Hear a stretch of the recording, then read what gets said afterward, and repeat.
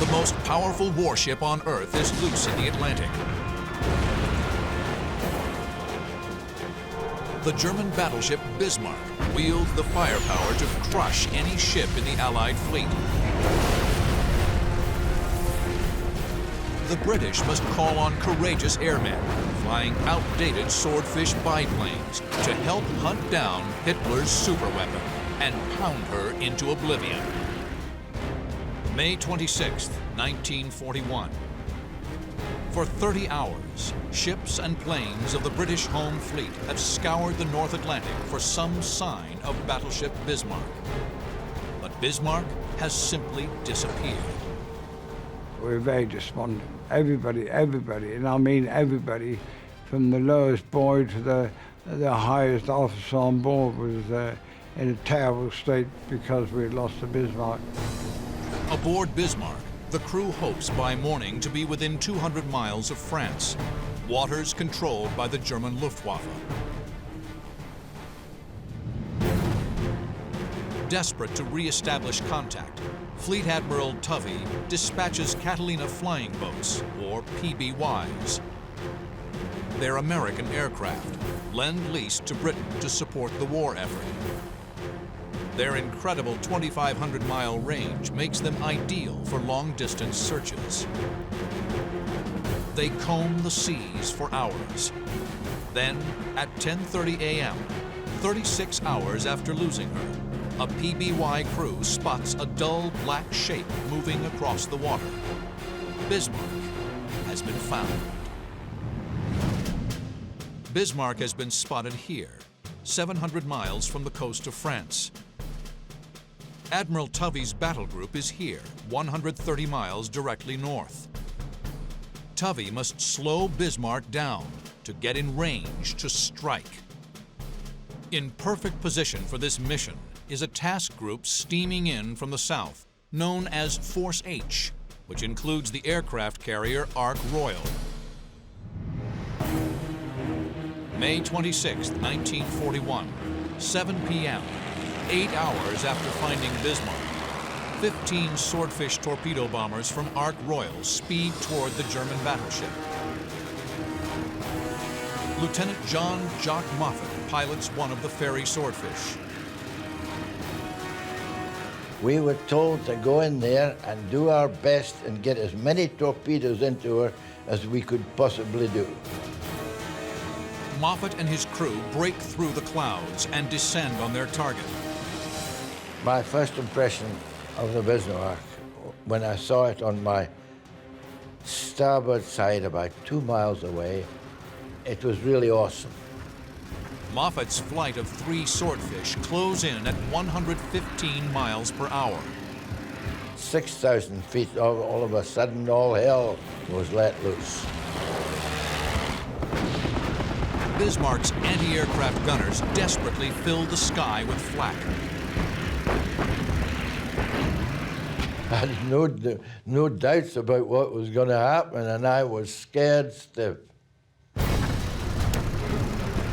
I thought the only way I could survive was to get as low as possible. And the nearer I got to the ship, I was hoping that wouldn't be able to get their guns down low enough. Moffat closes to within 2,000 yards and prepares to launch. There was a voice suddenly says to me, "Not yet, Jock." And this was my observer. And I thought, what's happening? And he kept saying it, "Not yet, not yet."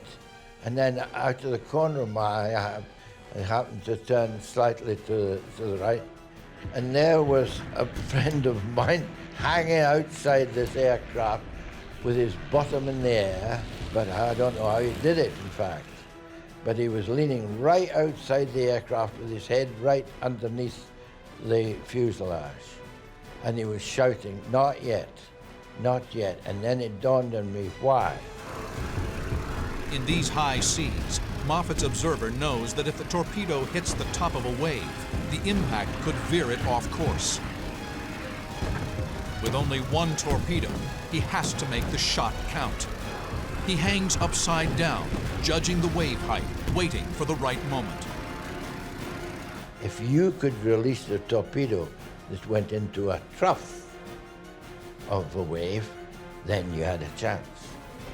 And that's when he said to me, let her go. And when I let her go, he said, Jock, we've got a runner.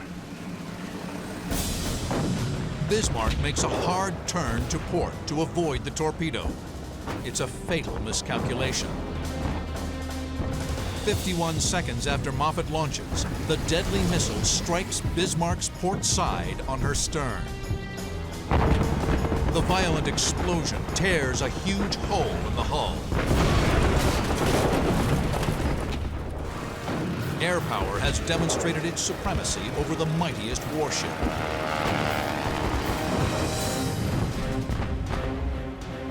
The British surface fleet closes in for the killing blow. Finally, there's an opportunity to avenge the Hood, and the British go into action confident that they can achieve this. On King George V, Fleet Admiral John Tovey plots his tactics. His plan? Force the cornered German ship to divide its fire against multiple targets. Then turn his ship's broadside, unleashing massive firepower.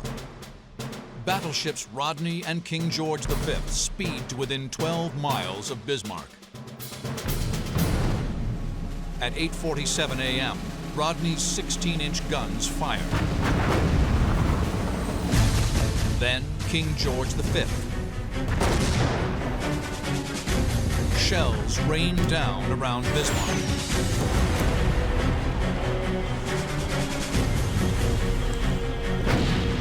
The British crew stuff cotton in their ears to deaden the sound. Their throats sting as they breathe in the cordite fumes after each salvo. The desperate German battleship strikes back.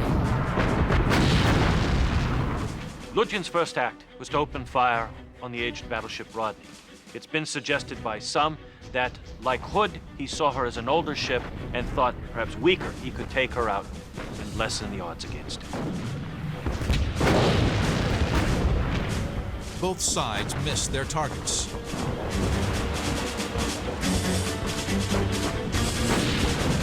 With each salvo, the gunners adjust their rangefinders. With her rudders jammed, Bismarck can't maneuver. She's an easy target. Rodney scores the first hit on Bismarck at 9:02 a.m. The British have the range and let loose with everything they have. We were firing broadside. We was firing 10 shells at a time. 10 14-inch shells were going all over. And that's a hell of a lot of shells for one ship to take. Two British cruisers, Norfolk and Dorsetshire, join the fight. Bismarck is being pummeled from all sides. Ich kann nur von dem Endkampf erzählen, dass wir nur ab und zu Shell splinters rained through the air ducts that supplied our fresh air. The shells were hitting us fast, violently.